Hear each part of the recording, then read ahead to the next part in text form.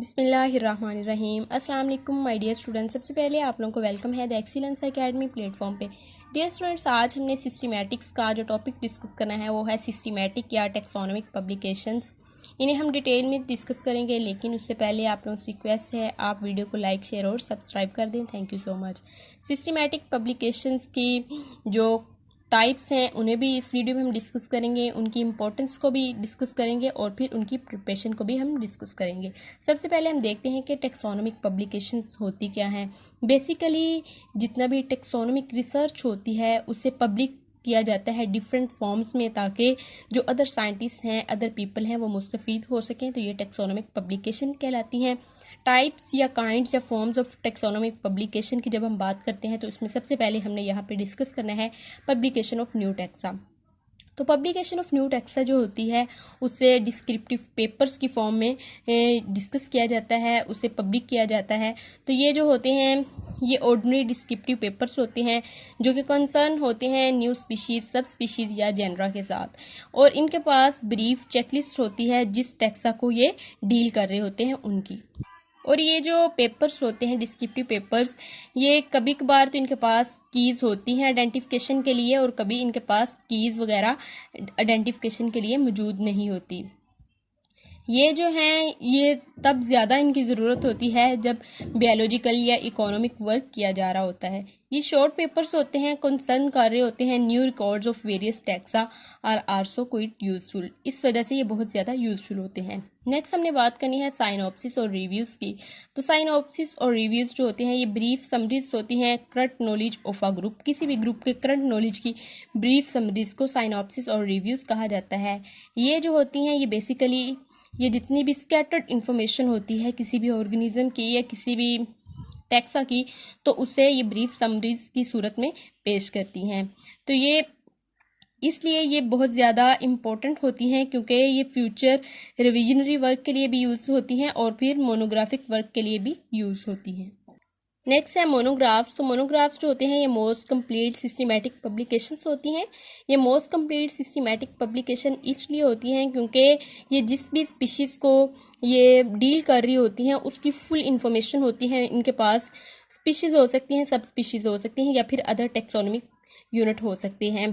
तो ये जो होती हैं मोनोग्राफ्स, ये जिस भी ऑर्गेनिज्म के साथ डील करती हैं उसकी मॉर्फोलॉजी के बारे में बताती हैं, geographical variations relation to other species के बारे में, और उसकी biology, metamorphosis, comparative anatomy, behaviour और फाइलोजेनी वगैरह ये सब की सब उस स्पीशीज़ की या उस सब स्पीशीज़ की बता रही होती हैं।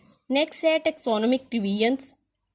टेक्सोनोमिक रिवीजन्स जो होती हैं ये बेसिकली समराइज करती हैं और इवेल्युएट करती हैं जितना भी प्रीवियस वर्क हो चुका होता है किसी भी ग्रुप का जिसके पास कोई न्यू इन्फॉर्मेशन मौजूद होती है। तो इस तरह से ये टेक्सोनोमिक रिवीजन्स भी टेक्सोनोमिक पब्लिकेशंस के अंदर आती हैं। नेक्स्ट है एटलासिस। एटलासिस जो होते हैं ये बेसिकली जब किसी भी एनिमल के कंपैरेटिव कैरेक्टर्स को पिक्चर फॉर्म में शो किया जाता है तो ये एटलासिस कहलाते हैं। एटलासिस जो होते हैं इनका जो पर्पस होता है वो बेसिकली यही होता है कि ड्राइंग्स और फोटोग्राफ्स वगैरह प्रोवाइड करना ताकि जो नेक्स्ट स्टडी है वो आसान हो सके। एटलासिस बहुत ज़्यादा यूज़फुल होते हैं जब किसी भी टेक्सोन की डिस्क्रिप्शन इनएडिक्वेट हो उसके करैक्टर्स वगैरह को शो करने के लिए। तो इस वजह से ये एटलासिस जो होते हैं ये बहुत ज़्यादा इम्पोर्टेंट होते हैं, और मेनली ये जो एटलासिस होते हैं ये डील करते हैं ग्रुप ऑफ बटरफ्लाइज और बर्ड्स वगैरह के साथ कि उनको पिक्चर फॉर्म में उनके करैक्टर्स को इस तरह से शो किया जाता है। नेक्स्ट है फाइनल स्टडीज़। तो फाइनल स्टडीज़ जो होती हैं ये बेसिकली स्टडीज़ ऑफ द फाना ऑफ अ पर्टिकुलर एरिया और रीजन। किसी भी पर्टिकुलर एरिया या रीजन के अंदर जितने भी फाना वगैरह होते हैं उसको फाइनल स्टडीज़ जो हैं ये डील करती हैं, और ये उसकी जियोग्राफिकल डिस्ट्रीब्यूशन वगैरह के बारे में भी इंफॉर्मेशन प्रोवाइड करती हैं। फाना जो होते हैं किसी भी रीजन के, ये या तो उस रीजन के तमाम ऑर्गेनिज्म हो सकते हैं या फिर कोई मेजर ग्रुप भी हो सकता है। नेक्स्ट है हैंडबुक्स।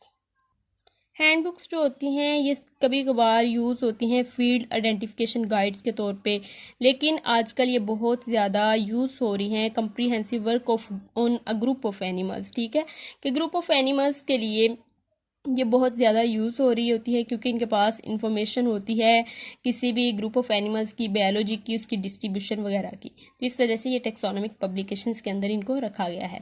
नेक्स्ट है ट्रीटीज़। तो ट्रीटीज़ जो होती हैं ये भी बेसिकली हैंड बुक्स का दूसरा नेम ही है ट्रीटीज़। नेक्स्ट आ जाती हैं फील्ड गाइड्स। तो फील्ड गाइड्स जो होती हैं ये बेसिकली टेक्सोनॉमिस्ट इनको प्रिपेयर करते हैं for non taxonomics to help them identify the common animals जितने भी फील्ड में होते हैं उनको आइडेंटिफाई करने के लिए टेक्सोनॉमिक्स जो होते हैं ये फील्ड गाइड्स को बनाते हैं, क्योंकि इनके अंदर बहुत ज़्यादा क्लियर कट इन्फॉर्मेशन मौजूद होती है जो कि ईजिली अंडरस्टैंड कर सकते हैं नॉन टेक्सोनॉमिस्ट। नेक्स्ट है कैटालॉग। कैटालॉग जो होते हैं ये मेनली इंडेक्स टू टेक्सा होते हैं जो कि अरेंज हुए होते हैं इस तरह से कि जितने भी फीचर्स होते हैं बायोलॉजिकल, जोलॉजिकल या फिर नोमेनक्लेचर पर्पसेस के लिए, उनके लिए ये यूज़ होती हैं। तो नेक्स्ट है चेक लिस्ट। ये बेसिकली एब्रीवेटेड साइनॉप्सिस होती हैं जो कि प्रेजेंट करते हैं लिस्ट ऑफ नेम्स को। नेक्स्ट है मैनुअल्स। मैनुअल्स जो होते हैं ये बहुत ज़्यादा सिंपल लैंग्वेज के अंदर इन्हें पब्लिश किया गया होता है, किसी भी जितनी भी या कॉमन स्पीशीज़ होते हैं उनके की करैक्टर्स वगैरह को मेंशन करके। तो इस तरह से ये हो गई हमारे पास टेक्सोनोमिक पब्लिकेशंस। अब हमने डिस्कस करना है preparation of taxonomic publications. Taxonomy के अंदर जितने भी ओल्डेस्ट वर्क्स होते हैं, जितना भी ओल्ड काम हो चुका होता है, ओल्ड रिसर्च होती है, वो ये नहीं होता कि वो वक्त गुजरने के साथ साथ उसकी वैल्यू जो है वो कम होती है, नहीं, उसकी वैल्यू वैसे ही रहती है जैसे वो स्टार्ट में थी।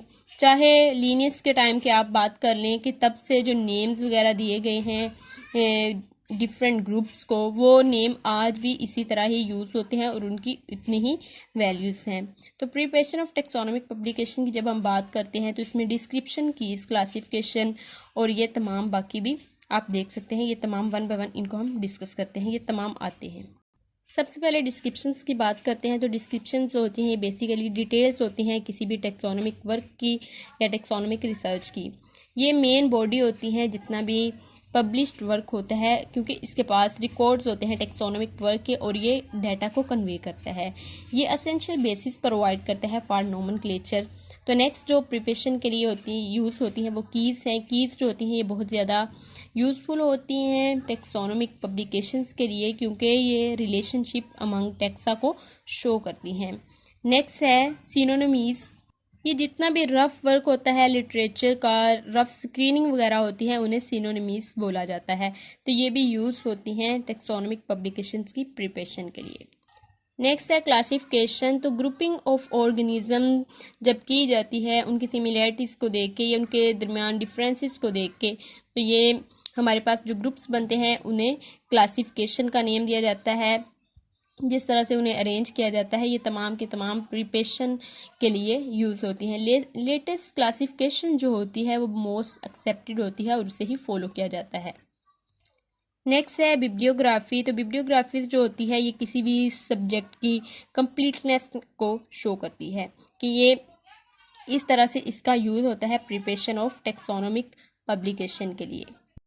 तो नोमेनक्लेचर पार्ट्स जो होते हैं या फिर जो ऑर्गेनिजम्स को नेम वगैरह दिए जाते हैं तो उनके लिए करेक्ट यूज़ किया जाता है, नेम्स वगैरह का करेक्ट नेम्स यूज़ किए जाते हैं, क्योंकि ये परमानेंट पार्ट बन जाते हैं फिर लिटरेचर का। तो लिटरेचर में यूज़ होने वाले तमाम के तमाम नेम्स जो होते हैं वो बिल्कुल एक्यूरेट होते हैं। नेक्स्ट है इलिस्ट्रेशंस। तो इलिस्ट्रेशंस जो होती हैं ये डायग्रामेटिक लाइंस या फिर पिक्चर्स वगैरह यूज़ होती हैं टेक्सोनोमिक पब्लिकेशंस की प्रिपरेशन के लिए। तो यहाँ तक होगी हमारे पास preparation of taxonomic publication. Next हम इनकी इंपॉर्टेंस को डिस्कस करते हैं। टेक्सोनोमिक पब्लिकेशंस बहुत ज़्यादा इम्पोर्टेंट होती हैं क्योंकि ये एक बेस्ट वे है जितना भी साइंटिफिक वर्क हो चुका होता है या रिसर्च हो चुकी होती है उससे दूसरे लोगों तक पहुंचाने का, क्योंकि टेक्सोनोमी में कोई भी जो काम है उसकी वैल्यू नहीं होती अनटिल अनलेस के वो जो है दूसरों के लिए यूज़फुल साबित ना हो सके। तो इस तरह से जितनी भी रिसर्च होती है टेक्सोनोमी में वो जब टेक्सोनोमिक पब्लिकेशंस की फॉर्म में आती है तो उससे दूसरे लोग भी मुस्तफ़ीद होते हैं। तो इस तरह से ये बहुत इम्पोर्टेंट है और इनका बहुत ज़्यादा अहम रोल होता है और ये एक बेस्ट वे होते हैं कि जितना भी मटेरियल है, जितना भी नॉलेज है, उसे सर्कुलेट किया जा सके थ्रू पब्लिकेशन। तो ये था हमारा आज का लेक्चर। होप सो आपको समझ आया होगा। काइंडली आप चैनल को लाइक शेयर एंड सब्सक्राइब करें and stay connected for more videos. Thank you so much. अल्लाह हाफिज़।